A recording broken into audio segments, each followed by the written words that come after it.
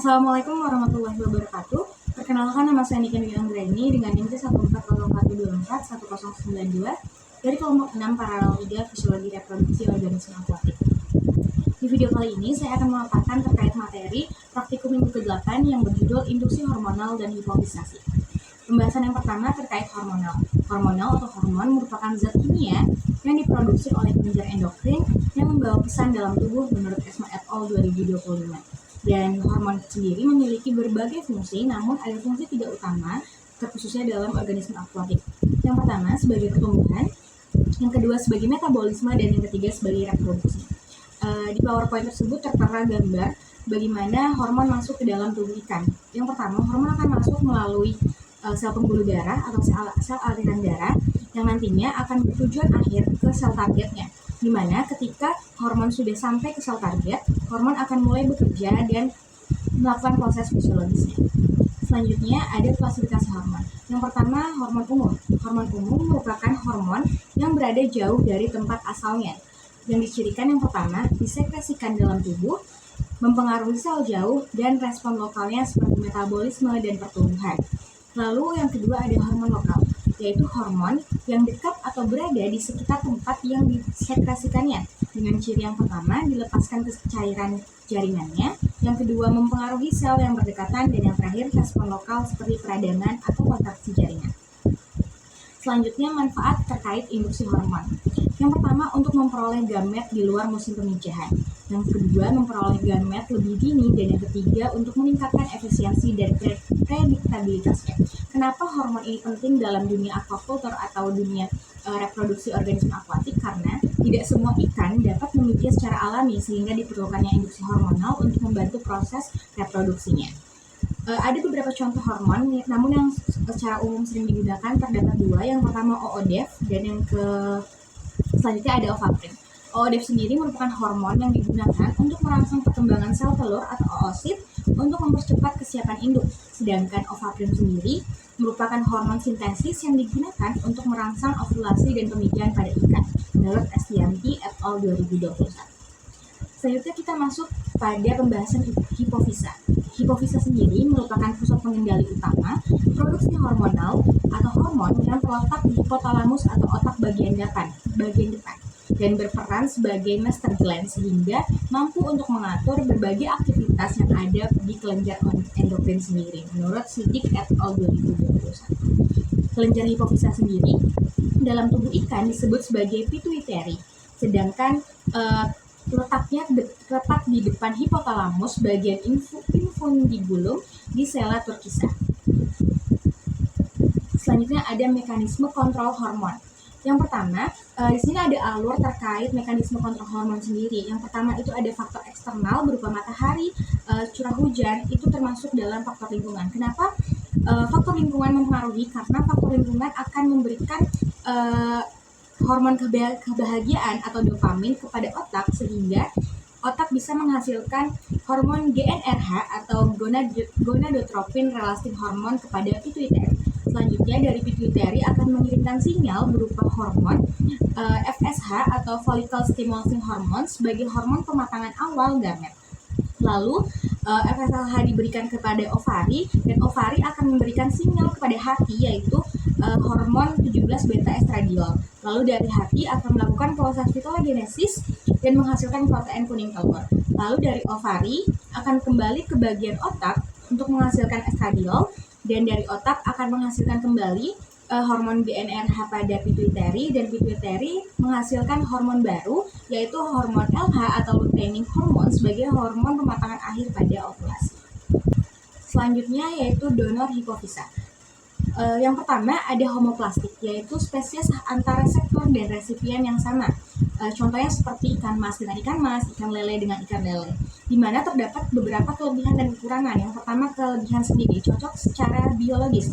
Yang kedua, efektivitasnya meningkat, dan yang ketiga cepat respon pemijahan. Namun untuk kekurangannya sendiri, yang pertama terbatas, dan yang kedua tidak fleksibel untuk berbagai spesies, dikarenakan hanya teruntuk spesies yang sama. Lalu donor yang kedua ada donor heteroplastik, yaitu spesies ikan resipien berbeda dengan ikan reseptor, di mana yang pertama memiliki kelebihan mudah didapatkan, kedua kedua dapat digunakan lintas spesies, dan kekurangannya efektivitasnya itu lebih rendah dan perlu uji lanjutan. Selanjutnya ada donor hipofisa universal atau spesies tertentu yang dapat digunakan untuk berbagai jenis ikan atau multispesies. Yang pertama untuk kelebihannya dari universal sendiri, yang pertama fleksibel jenis ikannya, jadi bisa disesuaikan. Lalu yang kedua itu praktis dalam skala besar, dan kekurangannya sendiri yang pertama efektivitasnya ini bervariasi tergantung resipien yang ada dan membutuhkan penyesuaian terkait dosisnya. Selanjutnya di sini ada cara pengambilan hipofisa lele yang nantinya akan kita lakukan pada minggu berikutnya, yaitu pertama dilakukannya pemotongan kepala ikan. Lalu yang kedua pembelahan kepala ikan, ketiga pembukaan tengkorak kepala ikan dan pengambilan hipofisa. Hipofisa sendiri nantinya akan berbentuk bulat kecil berwarna putih keabuan yang berada di bawah otot.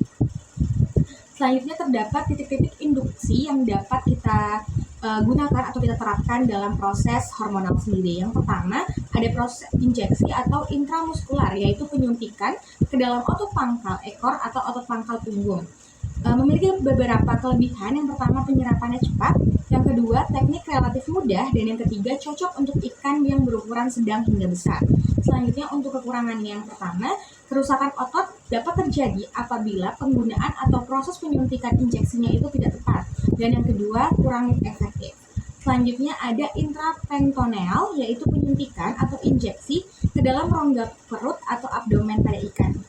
Dimana untuk kelebihan yang pertama efektif untuk berbagai ukuran, mulai dari ukuran kecil, besar, hingga sedang.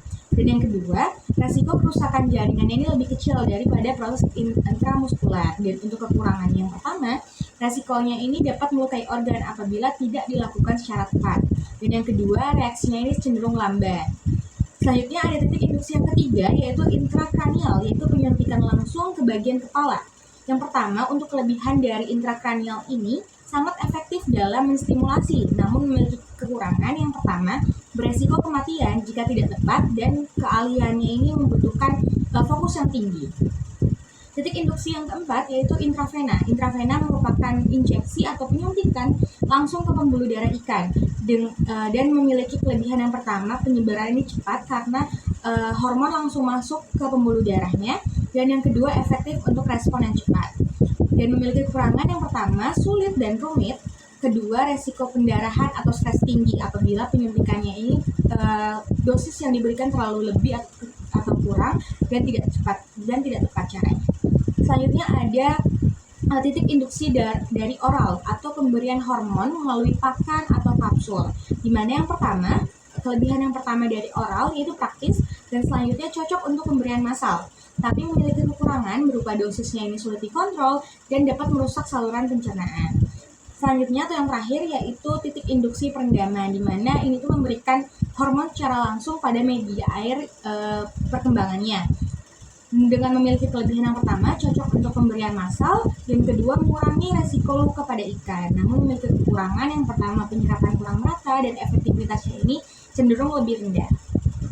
Selanjutnya ada beberapa dosis induksi hormonal, dan tentunya setiap ikan memiliki dosis-dosis berbeda. Namun ada 3 poin, yaitu ikan lele, ikan emas, dan ikan patin. Untuk ikan lele sendiri memiliki dosis induksi hormonal sebesar 0,5 ml per kilogram, untuk ikan emas 0,6 ml per kilogram, dan untuk ikan patin 0,7 ml per kilogram, dengan perbandingan pengenceran untuk hormon yaitu 1:3 antara hormon dan larusan fisiologis, dan untuk hipofisa yaitu 1:1,5 perbandingan antara berat ikan resipien dan berat ikan reseptor. Nah, berikut merupakan contoh perhitungan terkait dosis pemberian hormon maupun hipofisanya. Yang pertama, untuk case pertama, diketahui ikan lele dengan bobot 4 kg akan diberikan hormon ovaprin. Hitunglah dosis hormon ovaprin setelah pengenceran pada ikan lele tersebut. Jadi, kita mengetahui bahwasannya ikan lele memiliki bobot 4 kg dan akan diberikan hormon ovaprin.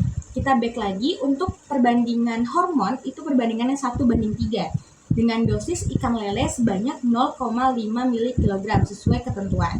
Jadi kita bisa langsung kerjakan dengan menentukan 4 kg dari bobot ikan lele dikali 0,5 ml per kilogram untuk dosis ikan lele. Jadi dapat ditemukan bahwasannya dosis untuk Ovaprim yang kita butuhkan untuk ikan lele dengan bobot 4 kg sebanyak 2 mili.